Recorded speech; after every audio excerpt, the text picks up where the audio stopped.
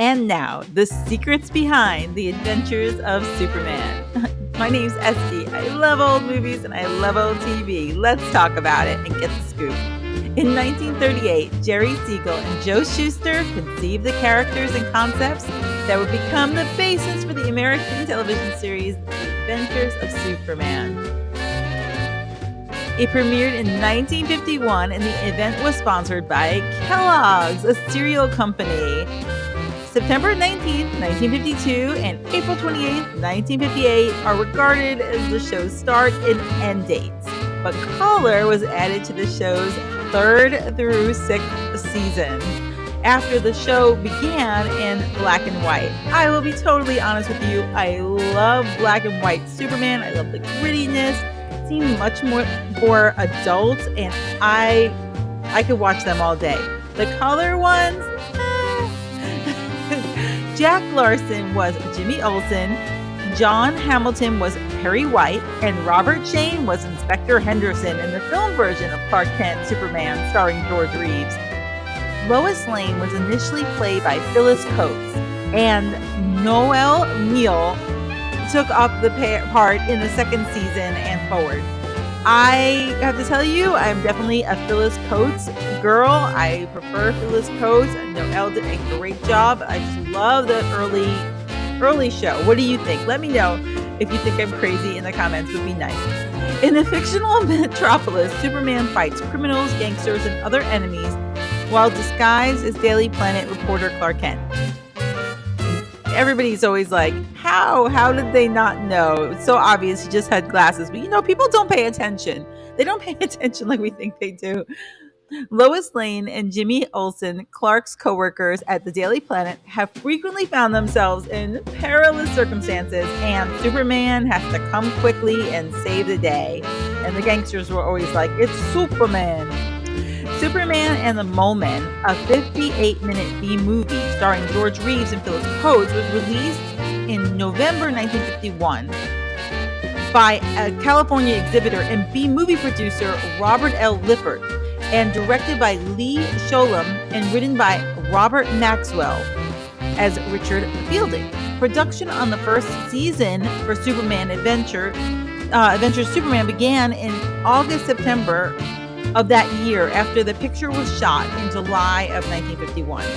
However, filming was halted and the show remained unaired until Kellogg's decided to sponsor the show in September 1952.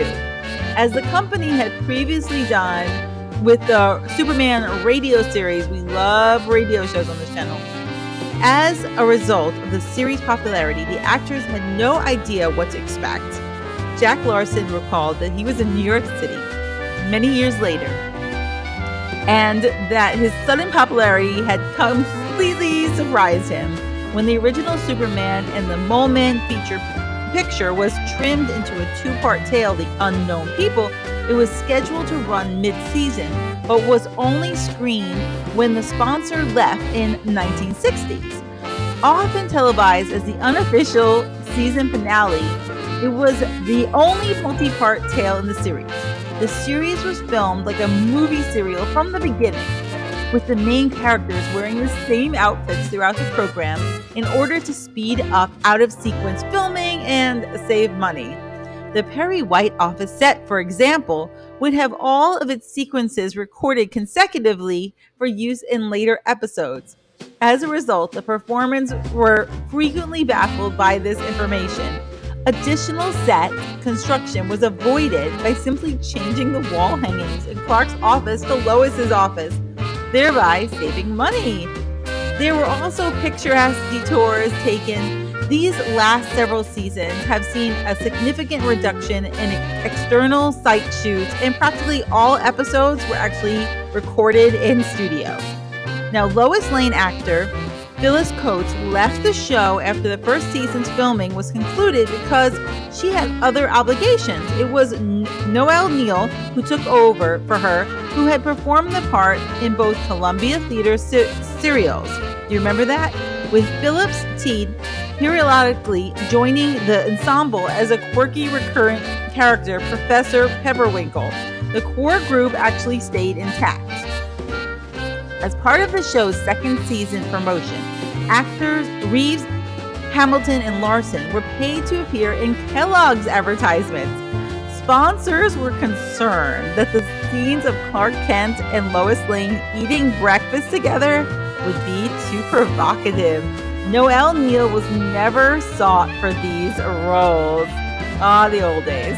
The flying effects of Superman were very sophisticated for the time, even if it was obvious in season 1 that Superman was lying on a flat platform with his torso and thighs flattened between elbows and knees for long-distance shots. Takeoff, flight, and landing were all big parts of Superman's flying throughout the season. Early in filming, Superman's takeoffs required the utilization of cables and wires. During production of Superman and the Mole Men movie, though, Reeves fell to the studio floor when the cables holding him snapped. Stuntmen were utilized in place of Reeves anytime cables and wires were required for takeoff in season 1. Special effects director Daniel "Danny" Hayes departed the series after the conclusion of season 1, and the series removed all of its cables and wires by the end of season 2. Cy Simonson, the show's other SFX supervisor, had created a springboard by this point, which was used for takeoff sequences. Simonson continued with the show until the finish.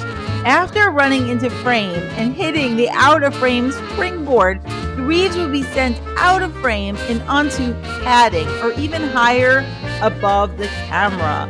With the help of a springboard and a little camera trickery, he appeared to be taking off. It seems so believable to us. The flying sceneries were created from a small number of repetitive images.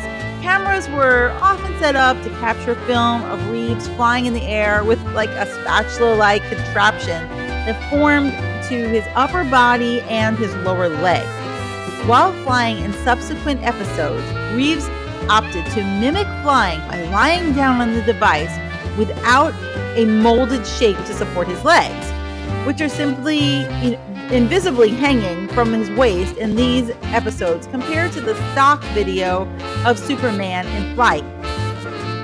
Now, season 1 and 2 of the monochrome season saw Reeves occasionally recorded in front of aerial footage on a back projection screen or against a neutral backdrop as well, which would give a matte that would be optically blended with the aerial view. Depending on the episode's demands, the film was layered into various backdrops, such as clouds, buildings, the ocean, mountains, forests, so that he appeared to fly. A neutral cyclorama backdrop, such as the sky blue or black for nighttime sky, was employed for the color episodes. Now, when landing, Reeves would either jump from a ladder or swing down into the frame while grasping at an off-camera horizontal bar. I just want to thank you for joining me. I hope you enjoyed learning the secrets of the adventures of Superman.